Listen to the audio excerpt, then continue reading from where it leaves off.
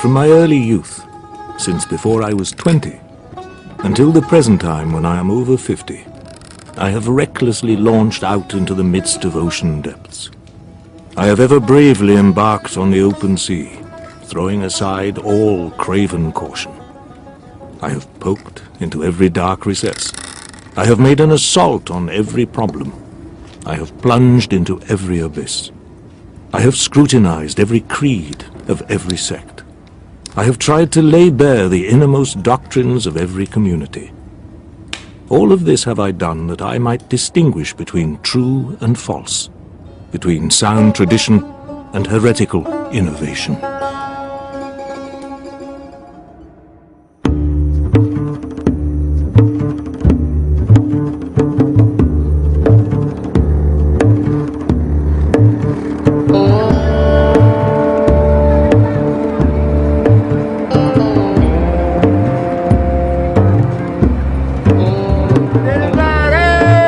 Come into this world and we leave it. That much is certain, I think. It's this road we're traveling on that we need to figure out.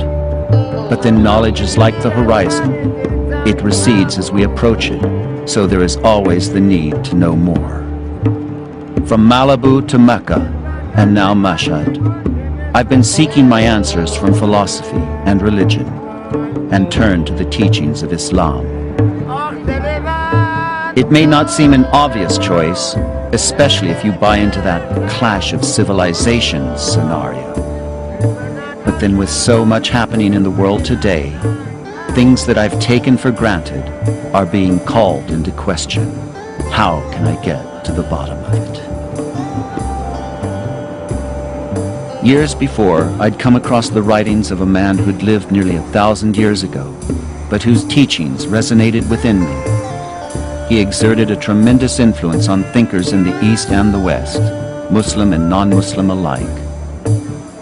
His life was devoted to probing the mysteries of existence, and by overcoming his own philosophical doubts and achieving spiritual illumination, he became a model for seekers of the truth everywhere. His name was Al-Ghazali, and that's why I've embarked on this journey, to find out more about his life and his quest for ultimate reality.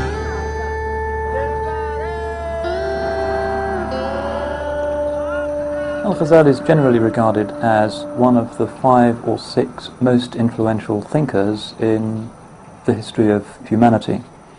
And his great message for posterity, and probably the main reason why he's so subsequently revered, is that he shows that at the living heart of every belief and every practice of Islam, there is a spiritual purpose and a process of repentance and upliftment and transformation. That's why he's called Proof of Islam. No one else quite has that title. It is here in Tus, Khorasan, in northeastern Iran, that the journey begins. This is where Ghazali was born in 1058 and would eventually return to spend the last years of his life. It seems strange that for so great a man, his final resting place should be shrouded in mystery. Everyone used to think that this was Ghazali's tomb and this mausoleum. They used to call it this, or they called it the Harun, prison of Harun. But No. why is this here? Yes, this is just a memorial stone for Ghazali's tomb. For a long time we have no evidence that where is Ghazali buried really. A lot of people from everywhere, and particularly from Pakistan and Central Asia, come here and pilgrim this stone as a Ghazali stone, but it's not real There is another point that the archaeologists suppose Ghazali should be buried there, and this is over the Great Wall of Tus at this time. If you like, we can have a look for visit this. Yes.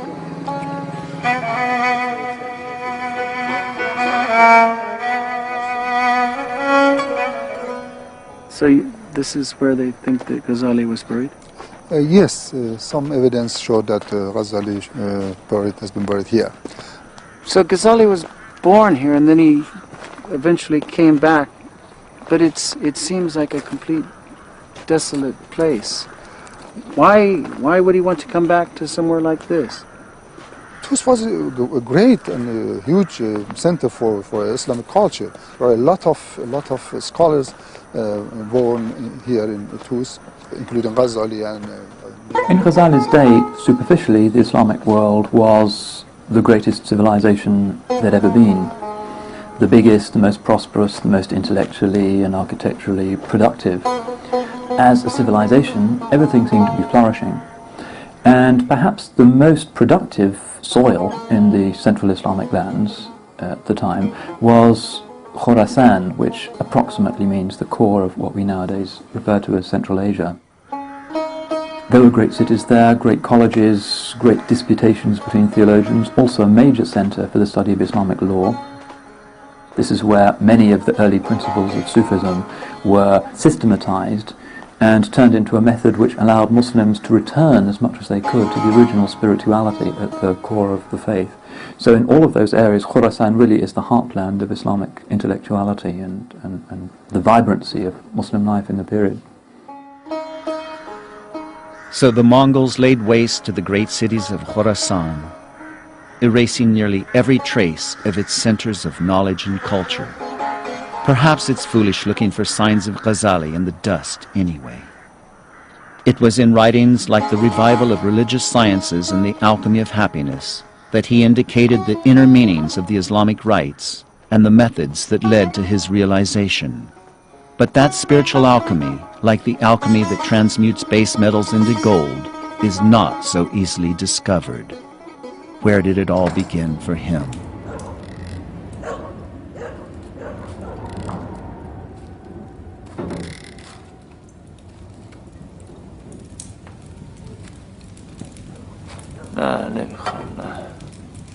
As it is my self-proclaimed aim to be a seeker of truth, I need firstly to discover the foundations of certainty itself. Human nature in its base condition is one of emptiness and ignorance of the unseen worlds of God. Human beings attain this knowledge through organs of perception. In fact, each of the senses is given to us that we may understand the world of created things. The first thing created in us is the sense of touch. Touch allows us to perceive heat and cold, wet and dry, smooth and rough. But by using touch alone, we are unable to perceive colors and sounds. As far as touch is concerned, these have no reality.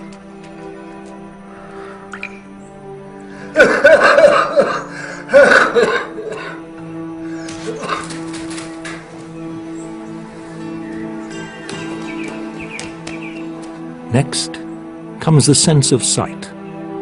Sight allows us to perceive colors and shapes. Sight is the most far-reaching of all the senses.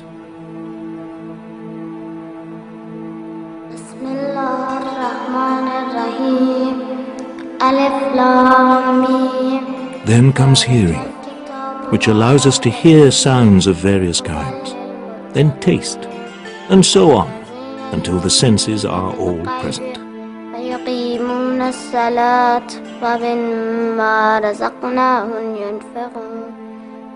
When we are about 7 years old, a power of discernment is created in us. This new step in our development permits us to understand more than just the world of the senses. At this point, we progress to a further stage. Reason is created in us. We grasp abstract things that are necessary, possible or impossible, And this is a perception beyond the reach of the earlier stages. Beyond reason, there lies yet another stage, where a different eye is opened, and we behold the unseen world, what is to be in the future, and other things that lie beyond the reach of reason. حالت چطوره درویش؟ مثل اینکه هرچی باشه از حال شما بهتره. وقتش رسیده، تقاضای محبتی دارم. تو خوب میدانی هرچی از دست من برمیاد دریغ نخواهم کرد. پسرامو با خودت ببر. اونا به سن تکلیف رسیدن. من تا قادرم از اونها نگهداری خواهم کرد. Let the student be certain that even more is owed to the teacher than to the father. For a teacher is the one who brings him to eternal life, while the father is the cause only of his temporal life.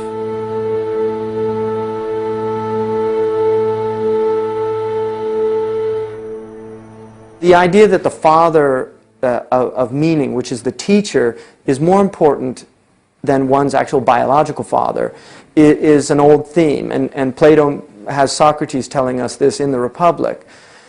What Imam al-Ghazali is pointing out here is the idea of the finite and the infinite, the idea of what ultimately comes to naught, what is perishing, and what goes on forever. And so this is the idea of learning those things that one needs for this infinite journey. Because what the Father gives you, He gives you life for this worldly journey.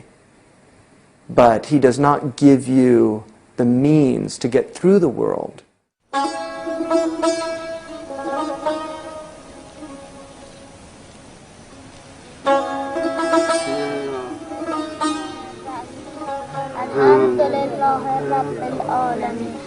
الرحمن الرحیم مالک یوم الدین ایاک نعبد و ایاک نستعین.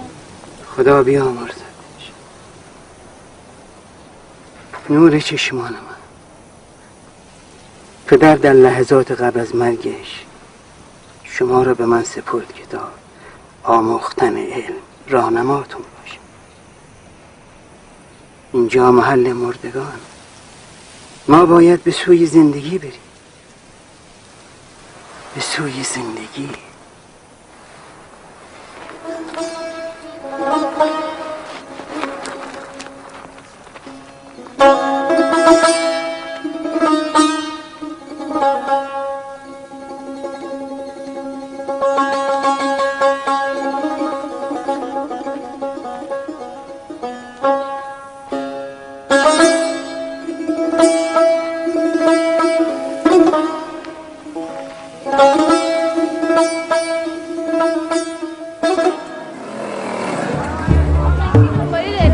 We are enjoined to seek knowledge from the cradle to the grave, and reflecting upon death certainly helps to focus our thoughts on where we're ultimately heading. But with the distractions of the world pulling us in so many directions, it's easy enough to lose sight of what we should be preparing for. What kind of obstacles did Ghazali encounter on his way to spiritual awakening?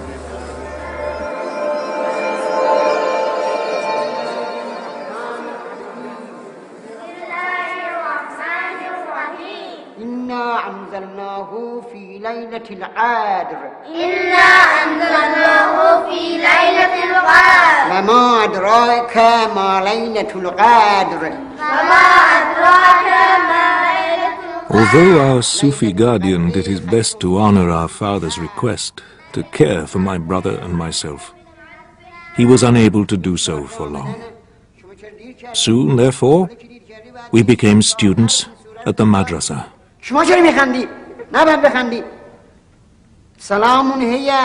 He and his younger brother Ahmad were left by their father at the care of a friend of his before his death, who was himself a faqir, a Sufi. The one thing one watch reads about is in his early years, he was very much devoted to formal studies.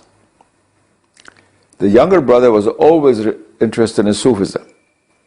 And there was an aspect of bookishness about him, you might say, in his early years, which also, of course, made him a very great scholar later on. We had become students for the sake of something else other than God. But he was unwilling that it should be for the sake of anything but himself.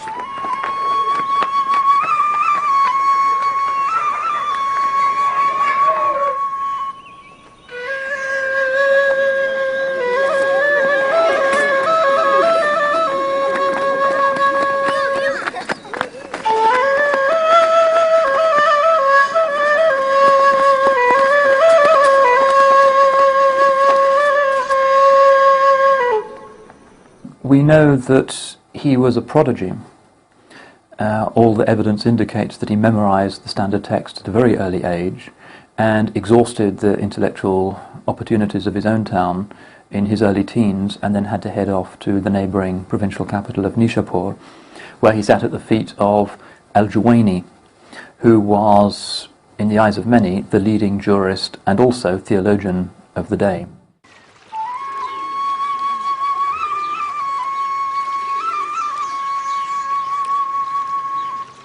From an early age, I constantly thirsted after a grasp of things as they really are.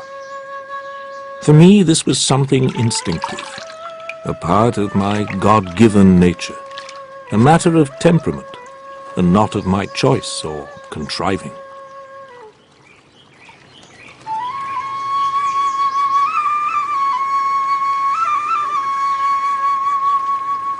He is a voracious reader. He is somebody who wants to understand everything. He has an insatiable appetite for knowledge. He actually says about kalam, which is theology, he says that I did not write anything concerning theology until I had memorized 12,000 pages of the great theologians of Islam.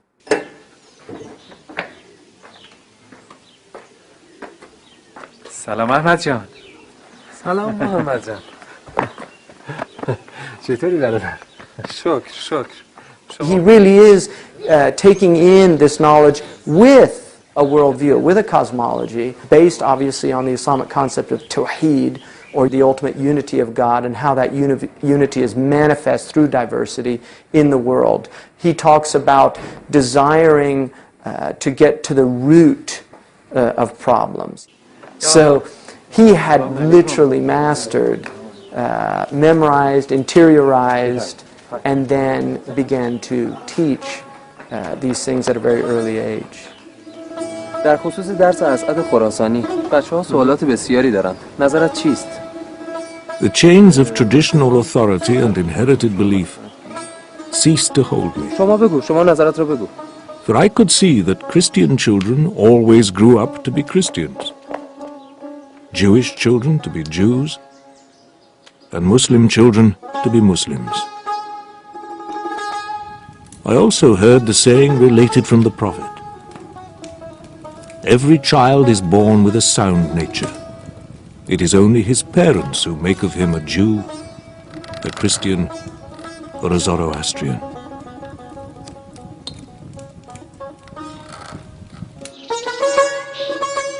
Ghazali had observed that while certain external factors shaped the different forms that revelation and religious experience could take, at the heart of all of these is the divine existence, and it is in man's nature to seek this reality.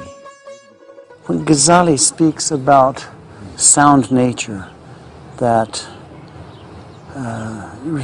referring to the hadith of the Prophet, you know, this word fitra. Can you explain to me what that actually means? Fitra means actually the nature, but as it is the primordial nature of man, is the fitra, man as was created by God. And if you ask what this consists in, one can say in love of God and worship of God. Man is created for that. The highest worship or the highest form of worship is knowledge of God. And if serving God for humankind means knowing God, then it refers to the intellect God has given man so that he can know him. This knowledge naturally is the identification of the known and the knower. One can put it like that. Man is made for this union. And that is why I said his primordial nature. By nature, man is a worshipper. Just as created by God. There is an inherent nature of God that God has given human beings. And that nature has been imprinted in us. And one of the things about this nature, and I think Imam al-Ghazali's life is a reflection of that, is that there is a gnawing pain in the soul. And it does not go away. And one of the tragic aspects of human existence is that when we remove God from our search, and whatever we call God, if the Buddhists talk about ultimate reality, ultimate concern, this is still approximating our understanding of God. God is ultimate concern. If we remove ultimate concern from our lives, we have to find substitutes. This is human nature. We will find substitutes to fill that hollow space within man, because man is essentially a hollow being. So how can we reconcile faith with reason? It's become a luxury to practice religion unquestioningly in the modern world. On the one hand, there is cynicism and no absolutes. On the other hand, rage is mistaken for revelation, and religion in its various persuasions hijacked by radical ideologies, allowing atrocities to be committed in its name. Why is it, how is it, that religion meant to be a means to salvation has become so unappealing? How has the profane become so seductive, so that we no longer are aware of the unseen, or are able to accept that there may be a higher purpose to life? This is a tragic condition.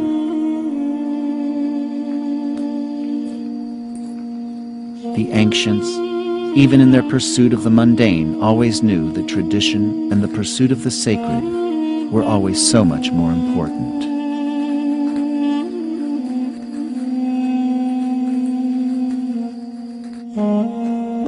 In his search for knowledge, Ghazali traveled to study under the leading theologians of the day. But some of his most important lessons came from quite unexpected sources.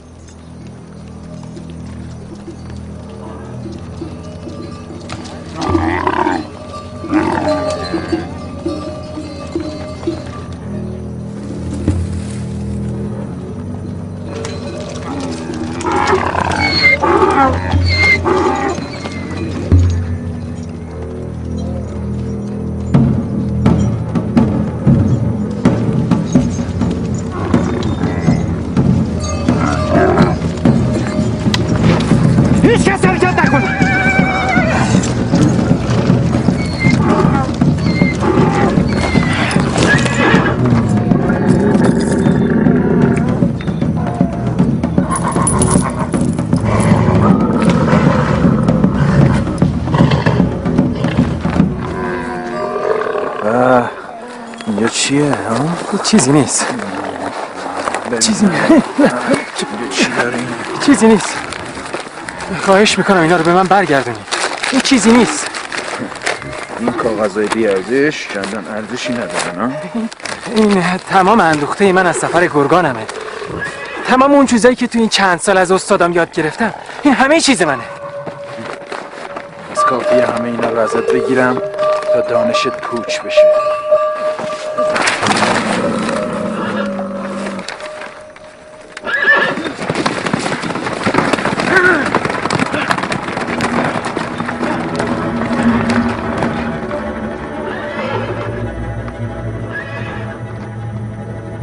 کافی اینه که همشو ازت بگیرم اون وقتی که دانشت پوچ بشه. In my heart, I knew he had a point. I decided he had been sent by God to teach me. Having experienced a run-in with a band of cutthroat robbers, I resolved to guard myself and the knowledge I had gained against any future encounters. I spent 3 years committing all the notes I had accumulated to memory, whilst continuing with my studies under the guidance of the learned and venerable Imam al-Haramain al-Juwayni.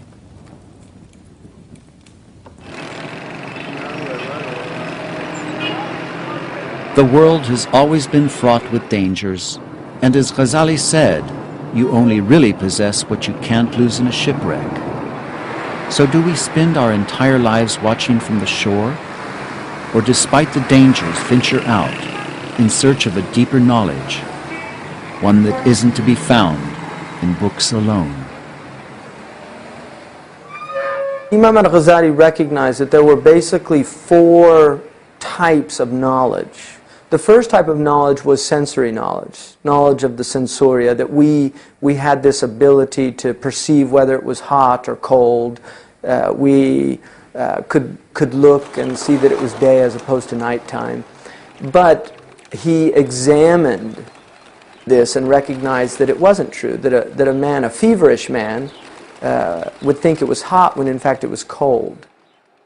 We can't deny the knowledge of the senses, but he recognized that the knowledge was not infallible, that the knowledge was something that we could be deluded into thinking, in fact, something, and it was not.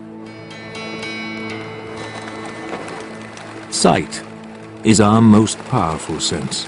But when we look at a sundial, our sight tells us that the shadow on it is standing still. There seems to be no movement. But if we return to the shadow an hour later, then our own eyes will tell us that the shadow has moved. Not by fits and starts, but gradually and steadily, by infinitely small distances, never pausing or resting.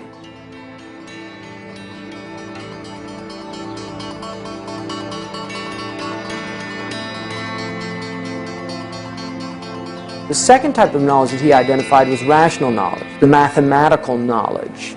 And so what he did was he began to examine all of his rational knowledge, and he realized, and this is questioning a priori assumptions, which is very interesting, it is very modern. What he realized is that just as he had discovered that the sensoria were not infallible sources of knowledge, that the intellect could also be in a deluded state, that we could actually think something to be true and have reasoned it out, but in fact it wasn't. And he felt very comfortable with mathematics, which is interesting because the modern world, one of the few areas where the modern world feels comfortable is mathematics. So he felt comfortable with mathematics because he said, whether we're awake or asleep, 2 + 2 will always equal 4. اغرب زخم اغرب سیاه جراحی حقا اول قسم به خدا دوم به صدق صفای محمدی خواهم اینو تبدیل به مار کنم. این چیه؟ چوبه ها، میبینی که همه چوبه. حالا اینه تبدیل به مارش میکنم، مار بسیار بزرگ خطرناک. هر کسی شکی به دلش را بده نفس‌ها رو تو سینه‌هاشون قبض می‌کنه. راجعی حواستون جمع باشه. عطشی مکشی لا ترچی کاتی کوتی ملکوتی سمنی سمن غرغری سمن گرگر. Certain knowledge must be infallible. This infallibility of a proposition means that no attempt to demonstrate its falsity can create doubt or denial. Now, if someone asserts that 3 is more than 10, and that to prove it he can turn stones into gold or a stick into a snake, should I believe it? استاد چیه؟ آشکاره چوبه. چوب؟ اینم مثل شما گفت چوبه. حالا الان معلوم میشه. ورا ورا ورا. میبینی که چی شد؟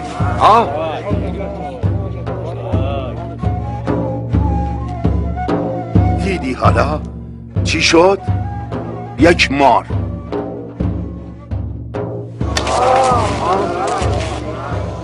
What if he actually changes the stick into a snake in front of my very own eyes? حالا چیه؟ No doubts about what I know are raised in me because of this. این کلک خوبیه، اما هرچی هست مار نیست. مار نیست. The only thing I am left wondering is how he managed to change a stick into a snake.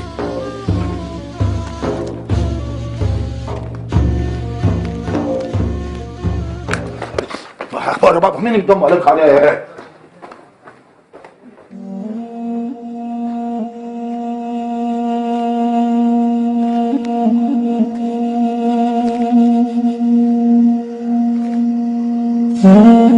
In our dreams, we are certain that what we see is real. Yet when we awake, we know that what we took to be an unquestionable fact was in fact illusion.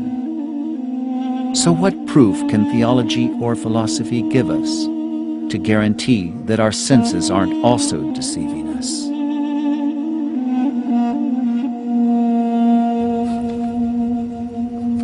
Despite all the knowledge I had acquired, I still couldn't resolve this simple and fundamental problem. A battle was raging between my heart and my head, and I eventually became physically ill. It was a bewildering time. The sickness lasted nearly 2 months, during which time I was, practically speaking, a skeptic, though not in principle or in outward expression. Ghazali did not begin by forcing doubt upon himself. That is, he began to question himself, now what certitude do I have about this, about this matter, about this religious right, about this moral injunction?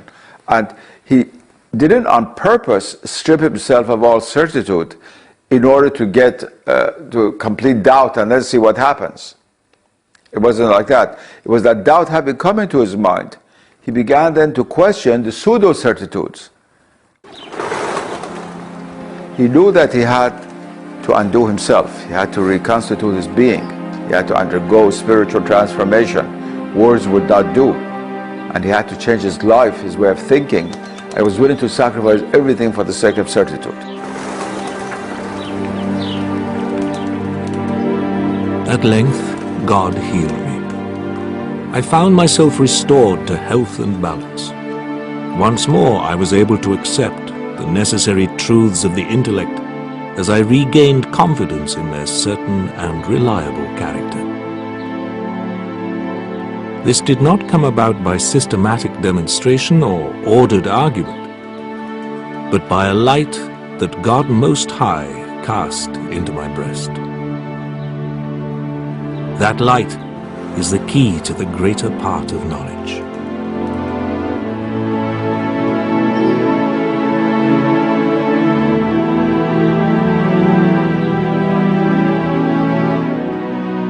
Ghazali was able and willing to give something up in order to receive illumination. The ordinary soul does not receive illumination. You receive illumination only if you are open your heart to God, which means dying to yourself and dying to the world about you, and that's what Ghazali did.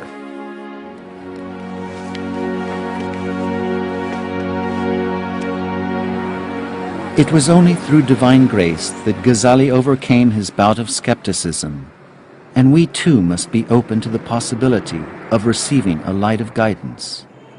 But with such darkness and confusion confronting us today, is it any wonder that it can be hard to see a way forward? Was the situation any different in Ghazali's lifetime? At the time of Imam al-Ghazali, authority was being questioned. Who has ultimate authority? The religious people did not recognize the secular authority, and these religious fanatics begin to kill those who they deem as obstacles in their path to achieving some type of religious sovereignty.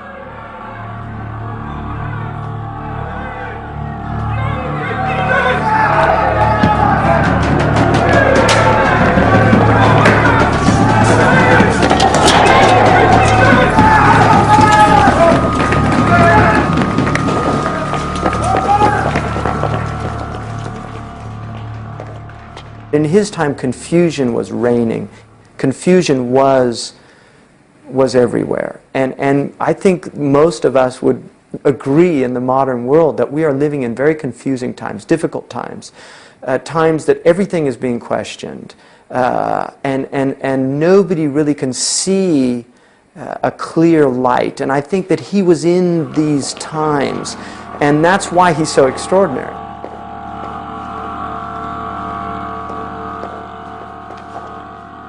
The political situation in Ghazali's time was in many ways fragile, certainly very complicated. There was a caliph in Baghdad who was a titular ruler of the Sunni Islamic world.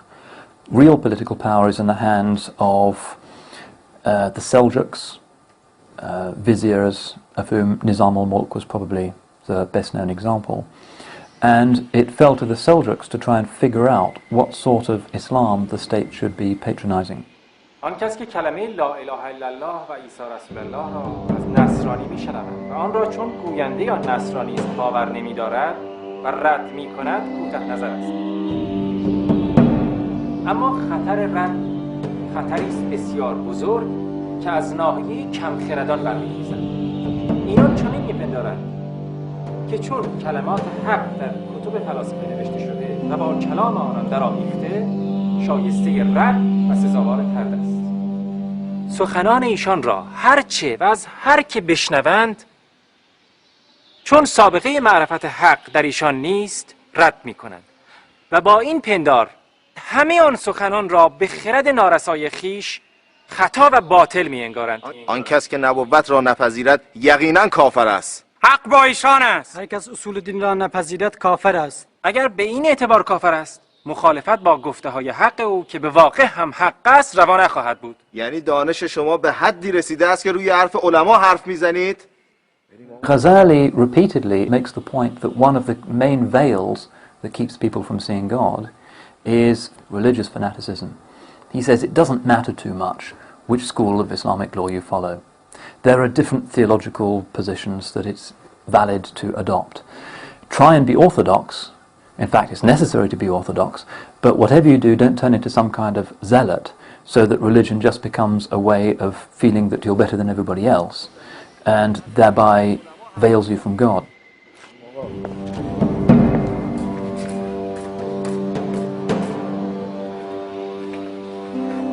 مسلمان نادان خطرمندتر از کافر است.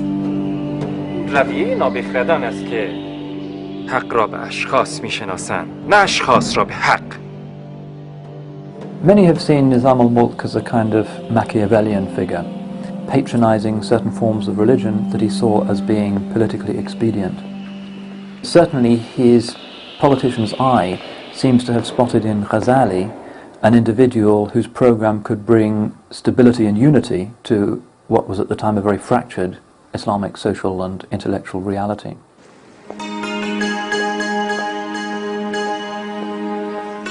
I was invited to present myself to the Vizier Nizam al-Mulk, the powerful chief minister of the Seljuk Sultan Malik Shah. There I joined his retinue of legal experts and theologians. اشعار شما بسیار زیبا و نغز بود.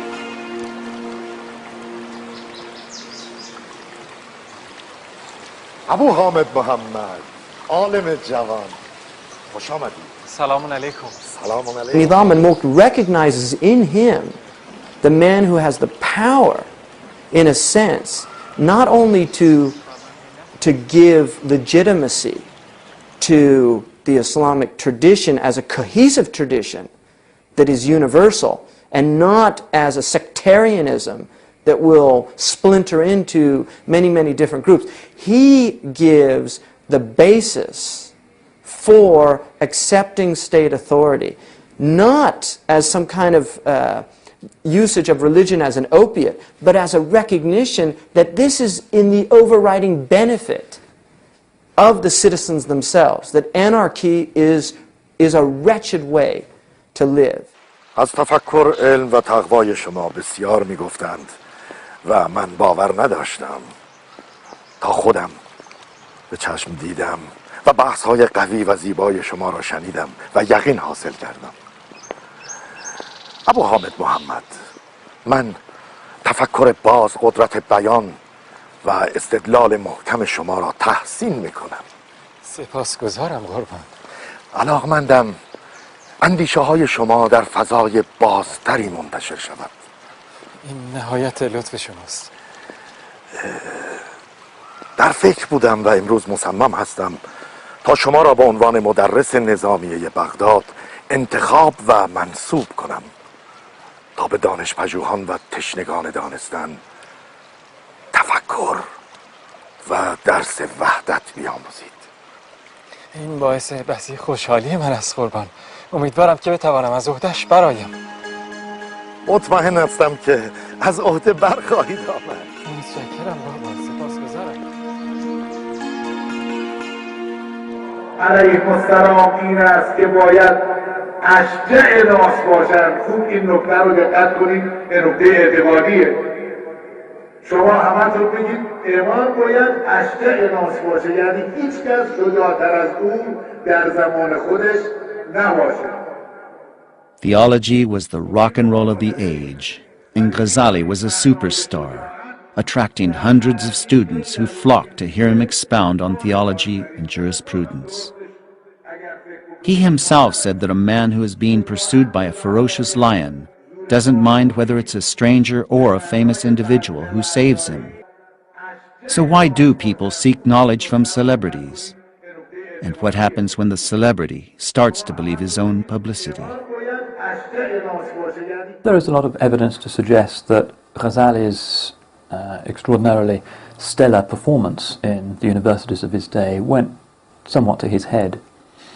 There he was, preaching from the pulpits of the most distinguished, venerated mosques in the Islamic world, with all of the great texts of Hellenic and Islamic civilization at his fingertips, producing books that were already amongst the intelligentsia bestsellers and clearly changing the trajectory of Islamic thought, with hundreds and hundreds of the best students anywhere in the Islamic world travelling thousands of miles to sit at his feet.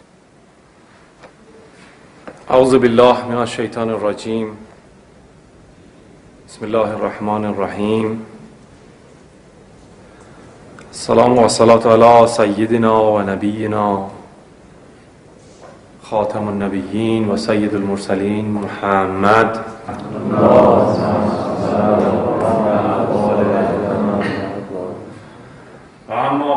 All the things which I knew were the teachings of God could now be revealed in true form to the students, hungry for guidance. بار کن این دخمه طراران است، بار کن گر همه برپست و اگر باران است. کل خود گیر به خیل و رمه برمیگردیم، بار کن جان برادر همه برمیگردیم. He was in effect accusing the established leadership of the Islamic world of the day of a kind of false consciousness, upholding in these marvellous, very well-funded public debates in front of the Sultan, or whether it be thundering from the pulpits or in retreats, of a kind of hypocrisy, that they were not practicing what they preached, that for all of their intellectual brilliance, their hearts were, as he says, dark and ruinous. And he saw that as being a fundamental challenge and a threat to the integrity of Islam. He saw it as having dangerous political consequences. He saw it as having consequences for the credibility of mainstream Orthodox Islam as opposed to esoteric or sectarian alternatives. And he also saw it in himself, because he was pointing the finger first and foremost at himself. And of course his great crisis is precisely about his suspicion that he is not practicing what he preaches.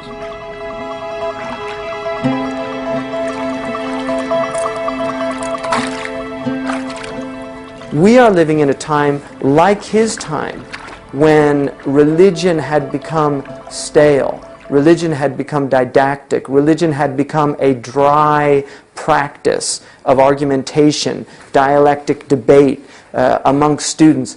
Imam al-Ghazali, I think, of all of his achievements, and we can see this in his own autobiography, one of the things that he really set out to do was end argumentation for argumentation's sake. I was distressed by what was going on in the capital of the empire. I decided to speak out, and I condemned the hypocrisy of those surrounding the caliph. I was critical of Islam's religious and political leaders. I was determined to unveil the truth in its entirety. He really recognized the spiritual pathology of the desire of the ego and the self to overcome one's opponent.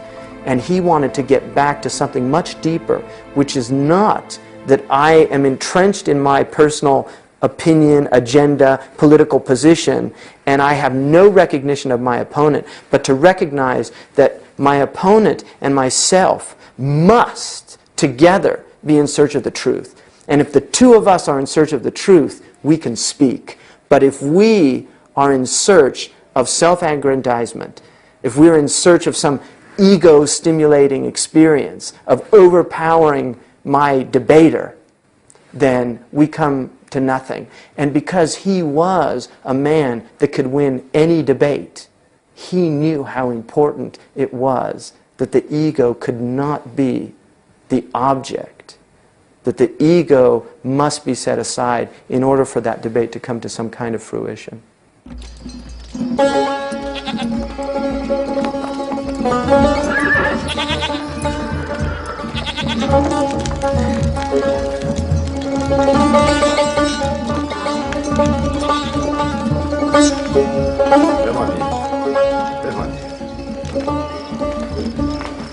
سلام علیکم.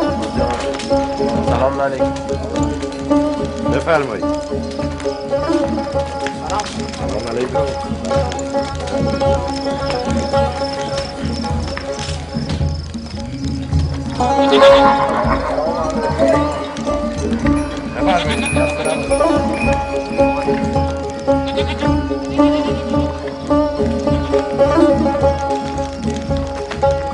سلام علیکم. سلام علیکم. خواجه از راه دور آمدم، راه در بساط ندارم، چیزی به من ببخش. من اینجا چه دارم به تو ببخشم؟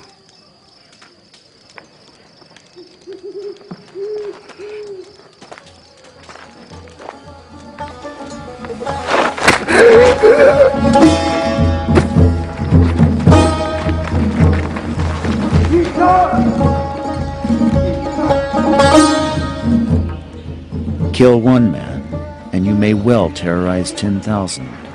But is this what we were created for? While it's unclear who was actually behind the assassination of Ghazali's patron, Nizam al-Mulk, it may have prompted him to begin re-evaluating the life he was leading in Baghdad.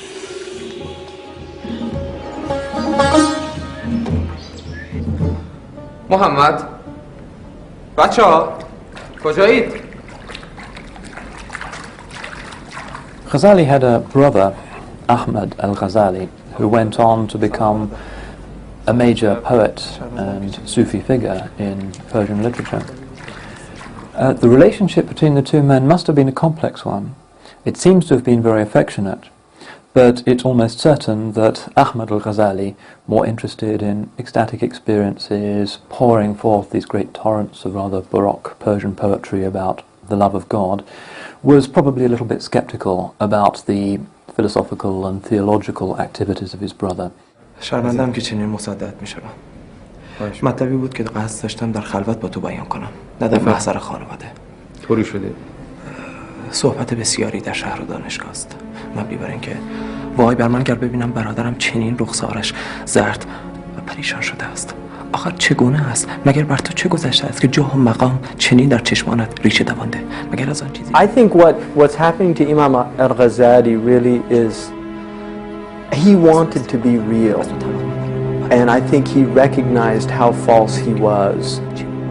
The fact that in the West we call personality, which is from the Roman word persona, which means mask, is already an awareness that the personality is somehow were hiding behind something. And I think what happened was he became aware of his personality. He became aware of this mask, this exterior that he was presenting to the world, which was the wonder boy, the genius, the brilliant dialectician. And he's realizing that this can't be me, because he's realizing how horrible that person is. Despite my success, my wealth and my status, my doubts returned.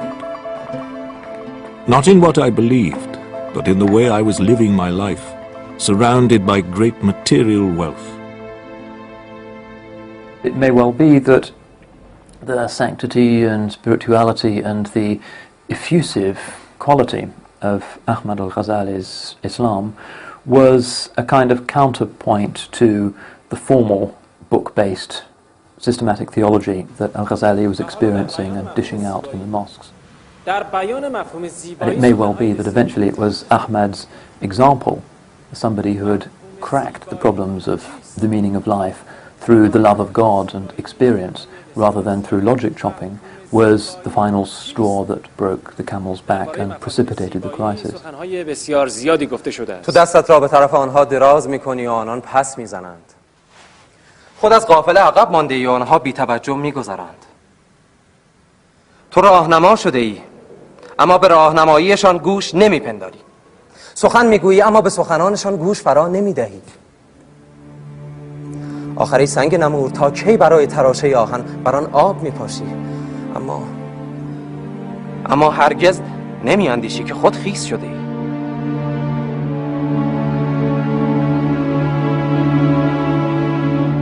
He came to a realization that all of this intellectual knowledge was in fact a very, very well camouflaged ignorance. And because he was ignorant of the most important thing, which was himself.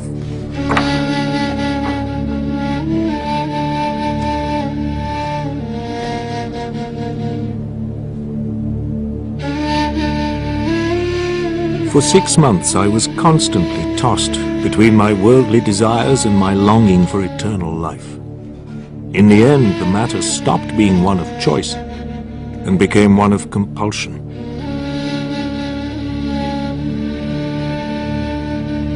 And this is where the crisis begins. And he says that one day he would put a step forward and the next day back, and he said, I have to give up all this stuff. I have to find out. I have to set out on this path. And he's feeling the time. He's feeling this clock, this clock ticking. He's realizing, I've limited time here. Most of us don't like to think about that. The fact that we have no guarantees about tomorrow. He is really at that point where he realizes, I am mortal, I'm going to die. Have I prepared for this journey? And this is the only real crisis that has any meaning for a human being. So he had the truly existential crisis of the human condition, which is our mortality.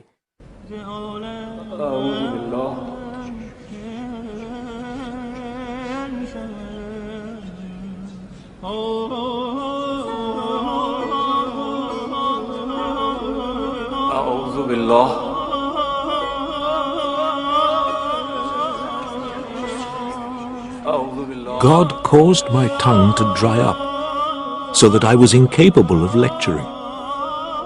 Each day I'd try hard to teach so as to please my students, but my tongue wouldn't utter a single word, nor could I accomplish anything at all.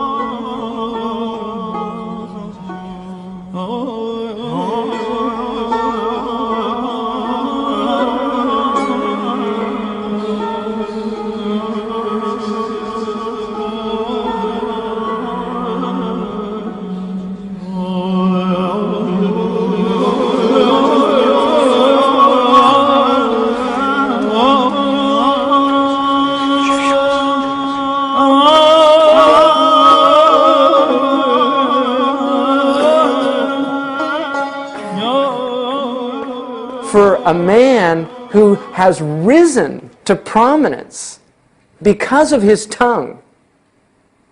To have his tongue taken away from him means that his prominence is taken away from him. He has lost everything in his inability to speak.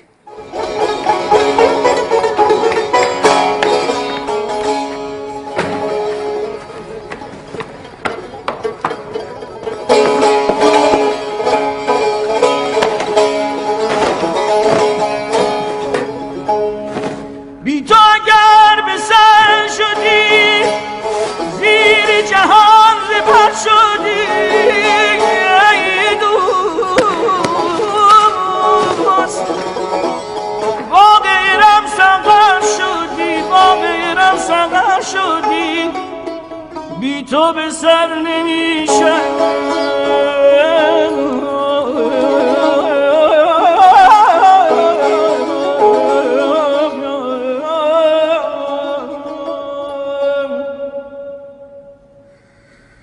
The crisis did not start with a physical illness which would bring depression, you might say, modern terminology. It began with a mental, intellectual crisis and gradually seeped into a psychological or whole psychosomatic reality, into soul and body, you might say. And it went from up down and gradually began to affect his habit of eating, his appetite, his sleep, and he felt seriously ill. فکر میکنم بیماری قلبی داره. ولی به نظر من مشکلش باید مغزی باشه. نه، مشکل از گردش خونشه. من که نمیتونم کاری بکنم. از دست منم کاری ساخته نیست. منم مثل شما کاری از دستم بر نمیاد. پس هر سه توافق داریم. ناراحتی جسمی نداره، روح و روانش بیماره.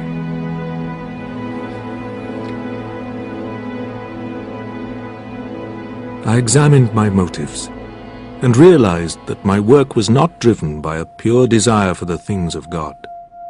Instead, I was motivated by the desire for an influential position and public acclaim.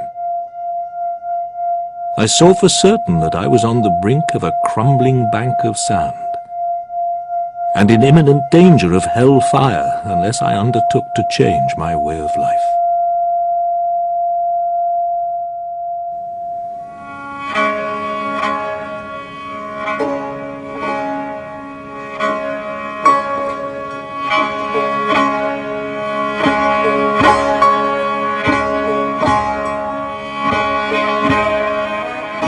I knew that the Sufi way combines intellectual belief and practical action.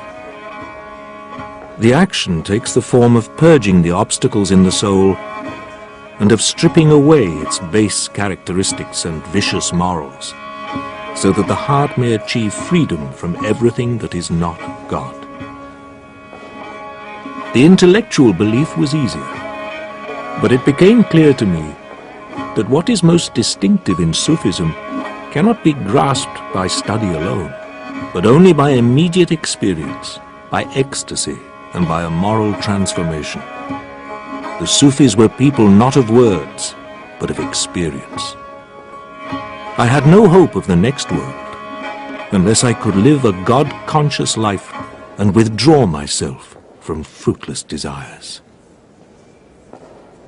Great religious figures transform society as much by who they are as by what they say. And it would be idle to attribute Ghazali's influence simply to the brilliance and clarity of the books that he left behind him. He was revered, it's very clear, as somebody who lived the reality of Islam and of Sufism, of Islamic spirituality, as somebody who was well on his way to being a saint. I have been able to do what my doctors couldn't do. Cure myself. And yet the cure is absolute. I have to give everything up. My position, my reputation, my home, and my family. he performed the act which made Ghazali Ghazali, and that's why we're speaking about him now 900 years later. That is, he left his position, his wealth, his family, the world, and disappeared. He fled from the whole condition of life which had been so successful, being close to the Caliph at the capital of Islam, well off, very famous. He left everything in order to rediscover certitude, in order to be honest with himself and understanding the nature of the divine reality. تو میفهمی که من باید برم.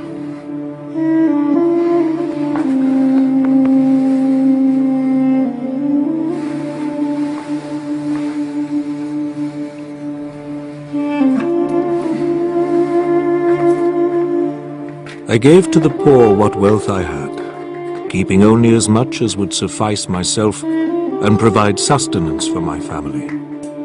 And I expected never to return to Baghdad.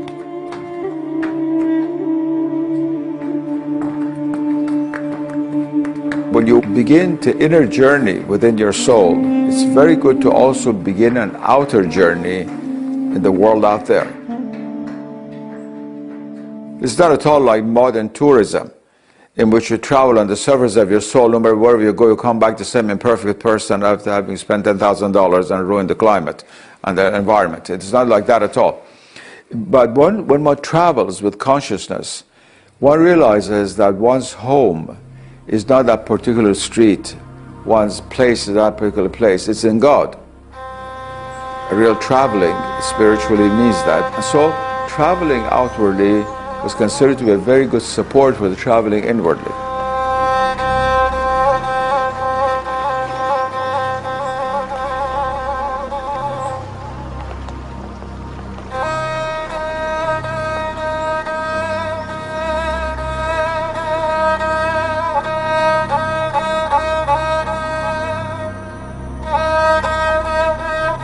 What is it about that road to Damascus and sainthood?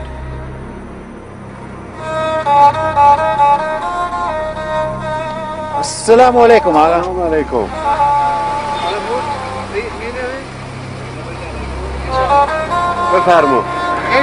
After his crisis, Ghazali needed to become a stranger to the circles of princes and scholars where he had made his name. I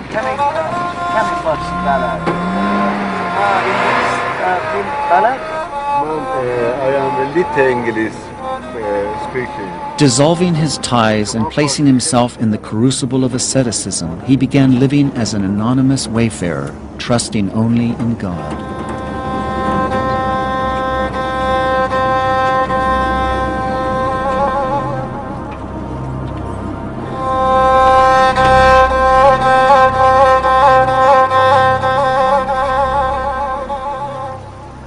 Publicly, I announced that I had resolved to set out on a pilgrimage to Mecca. But privately, I made arrangements to journey to Syria. I took this precaution out of fear that the Caliph and my colleagues would oppose my decision.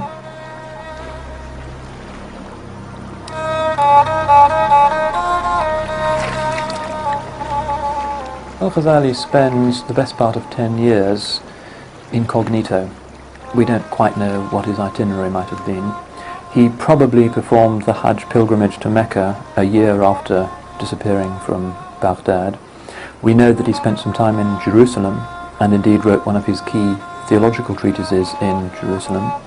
We know also that he spent quite a bit of time in retreat in a cell in Damascus, whose location is still known and pointed out and indeed visited to this day.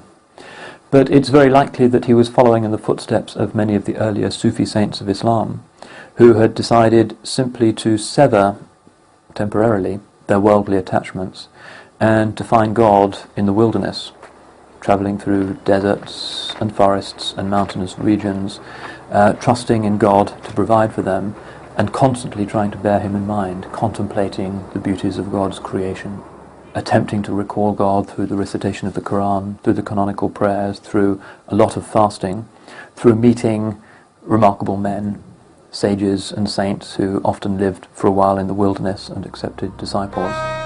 I devoted myself to purifying my soul, improving my character, and cleansing my heart in the constant remembrance of God, putting into practice what I had learnt from my study of mysticism. The fact that he started upon the spiritual life means that he was initiated, and that what his spiritual practices were without doubt the evocation of various names of God, the standard practices of Sufism, the purification of the heart, of the soul, meditation.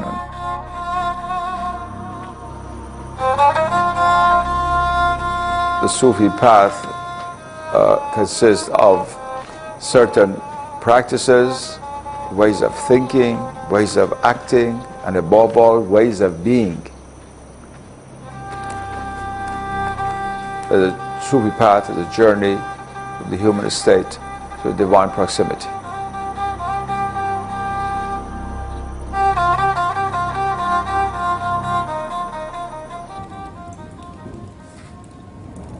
I stayed in Damascus for 2 years, doing nothing except cultivating obscurity and solitude, together with religious and ascetic exercises.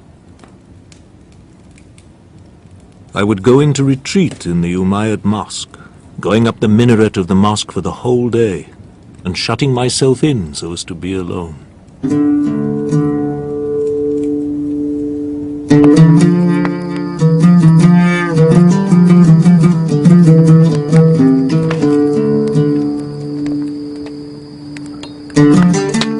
One of the things about the mystic path, or about this direct experience of reality, is that for Imam al-Ghazali, it is science. Because at the root of science, and this was well known in the Muslim world during his lifetime, which came much later from the Muslims to the West, at the root of science is the ability to replicate the experiment. If the experiment can be replicated, then we can get scientific results. He wanted to find out, does this indeed, these experiences that others have claimed, if I set out on this path, and he was an experimental scientist, if I set out on this path, can I replicate that journey? And he did it. And that's how he came to a certainty of it.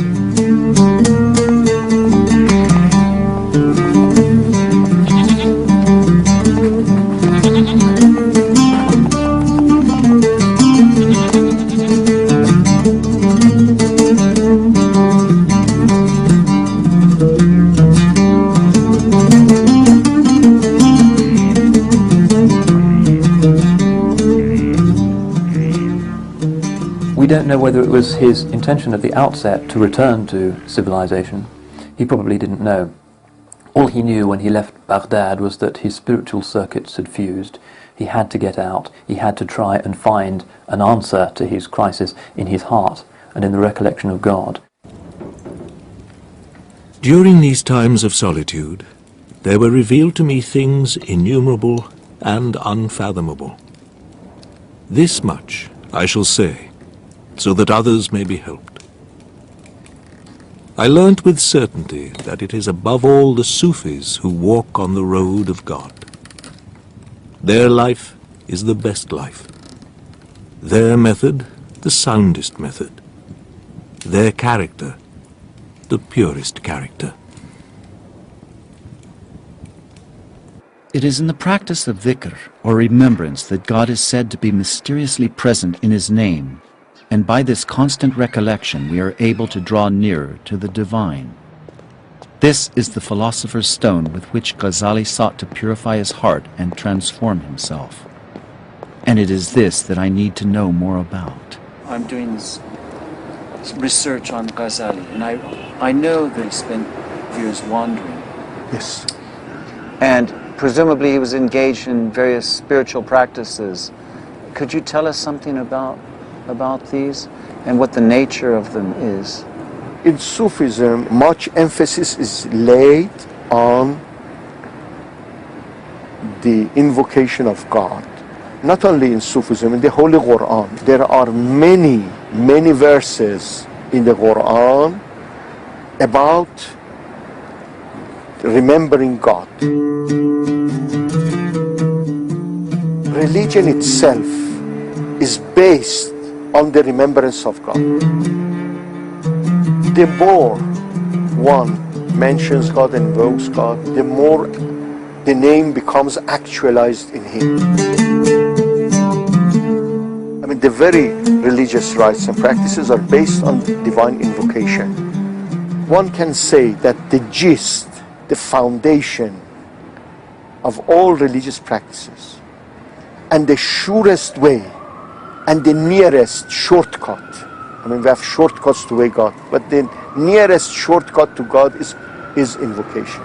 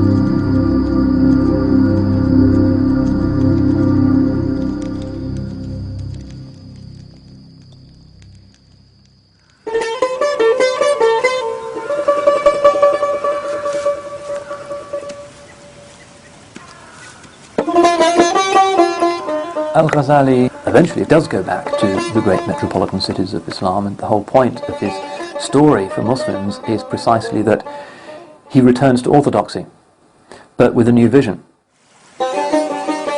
His vision is that the proof of Islam is an experience, what he calls dhawq, tasting the realities that lie behind the veils of physical existence.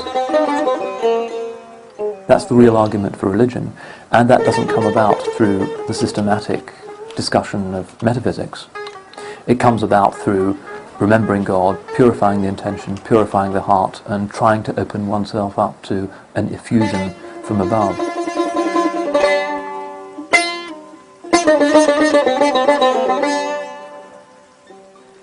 The afterlife approaches, and this world passes by. The journey is long, but the provisions are scant, and the dangers great. Having set out on this journey to discover more about Ghazali and to dispel some of my own doubts, I've come to realize that the certainty of knowledge lies in the tasting. And while not achieving Ghazali's certainty, at least I am beginning to understand what I need for this path.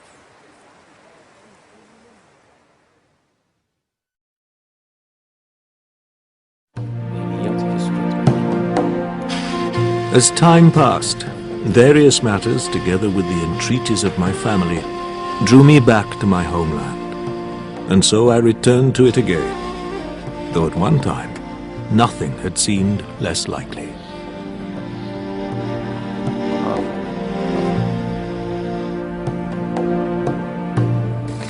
Theologians, philosophers, and students of religion continued to beat a path to my door. I did not know what I still had to offer, but I tried to do what I could.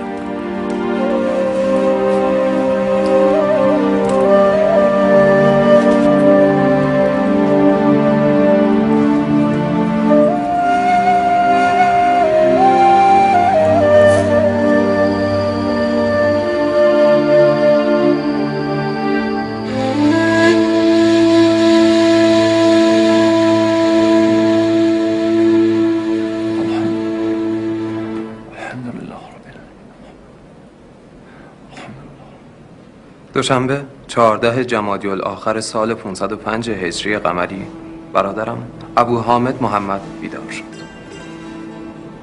سحر نمازش را خواند و آماده رفتن به سوی پروردگار شد. از من کفنش را خواست. آوردم.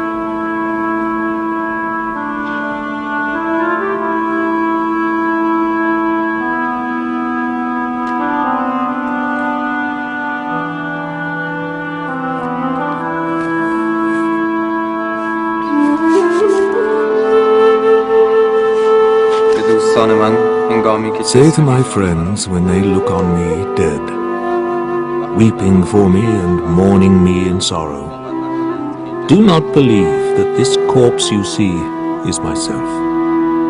In the name of God, I tell you it is not I. I am a spirit, and this is nothing but flesh. It was my abode and my garment for a time. What I am now, even so shall you be. For I know that you are even as I am. The souls of all humankind come forth from God. The bodies of all are compounded alike. Good and evil, alike it was ours. I give you a message of good cheer. May God's peace and joy forevermore.